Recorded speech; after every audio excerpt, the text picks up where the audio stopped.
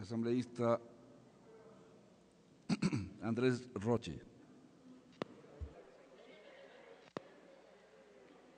Colegas legisladores, señor presidente, antes de analizar el tema del veto en sí, del COTAD, no puedo dejar de pronunciarme sobre tres hechos. El primero, lo que hoy vivimos del veto, esa realidad que no pasa por lo legal, sino por un producto de la legitimidad, no es un problema del presidente, es un problema de ustedes, que cuando se llega a consenso en leyes aquí tan importantes, no son capaces de sostener los acuerdos en el momento de votar o allanarse.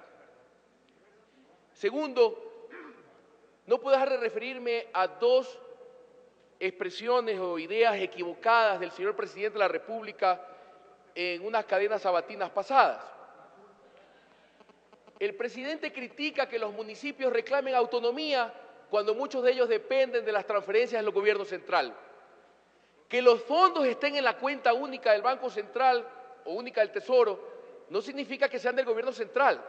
No es que de dadivoso el presidente le entrega transferencias a los gobiernos locales. Las transferencias no es otra cosa que un principio doctrinario universal de un retorno, de la devolución de las rentas que los gobiernos autónomos a su vez aportan al Estado y entre el Estado al mismo gobierno central. Esa devolución es la que hoy la hemos cuantificado en el 21 de los corrientes y el 10 de los de capital o los no permanentes. Y está claro ese 21-10 en qué lo invierten pues los municipios y los gobiernos locales, en obras y servicios.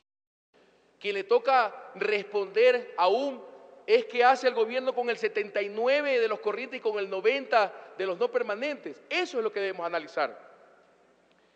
Solo para que tengan idea, el rubro de defensa, que no cuestiono si está sobreestimado o no, constituye el 21-10, son valores equivalentes. Un solo rubro del presupuesto general del Estado constituye el 21-10 de los gobiernos locales. Otro error que el presidente esbozó en la cadena sabatina y que pretende pasar en el COTAD, que ya estaría consagrado en este momento.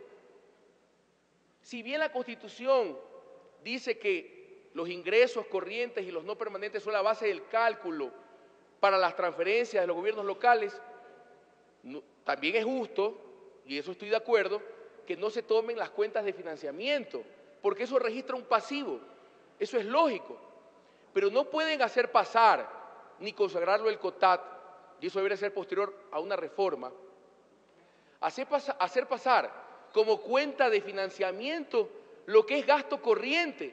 Me refiero a la importación de derivados de petróleo. Eso lo que hace es mermar de las cuentas de los ingresos no permanentes, llámese los petroleros, cerca de 1.000 millones.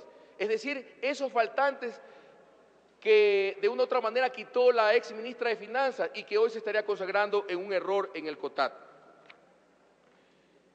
Ya entrando en materia del veto, si bien es cierto, y debo reconocerlo, el presidente en el veto reconoce y corrige la injusticia en materia del Fonsal a los cantones de Guayas y Manabí, porque ahora sí está reconocido en el veto.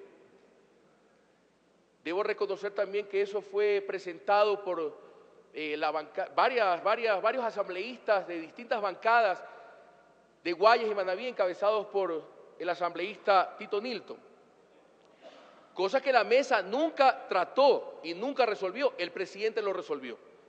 Pero tampoco es menos cierto que hay problemas y distorsiones en la fórmula, y me voy a permitir explicarlas, presidente, porque ese día con un reclamo formal, respetuoso y con altura lo hago, señor presidente, porque ese día que estábamos en votación solo hubo la exposición de Virgilio Hernández, pero jamás se me permitió a mí explicar algo que era importante para el país, que lo conozcan y que lo conozcan ustedes, los asambleístas que en ese momento tenían que tomar decisiones, porque para mi criterio aún habían deficiencias que resolver en la mesa en materia de la fórmula. En el rubro población, es decir, el ser humano, debe tratarse individual e igualitariamente. Donde la Constitución no hizo selección ni diferencia, no puede hacerla el legislador.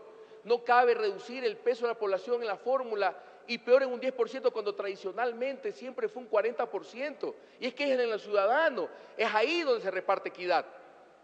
Según la Constitución, la población es la primera variable jerárquicamente que debería tener mayor importancia e impacto. ¿Qué es lo que sucede con esto de aquí? Que las ciudades con mayor concentración de población van a participar menos en los incrementos en donde se aplican las variables de la fórmula. Cabe resaltar que la fórmula hoy en día, con el nuevo modelo, se lo aplica en los excedentes, es decir, los incrementos que año a año tenga el presupuesto del Estado. En el caso de la línea azul, que es el caso de Quito, ustedes pueden ver la tendencia a la baja, dramática por cierto, de cómo cada año van a participar menos de los excedentes o de los ingresos, sean corrientes o no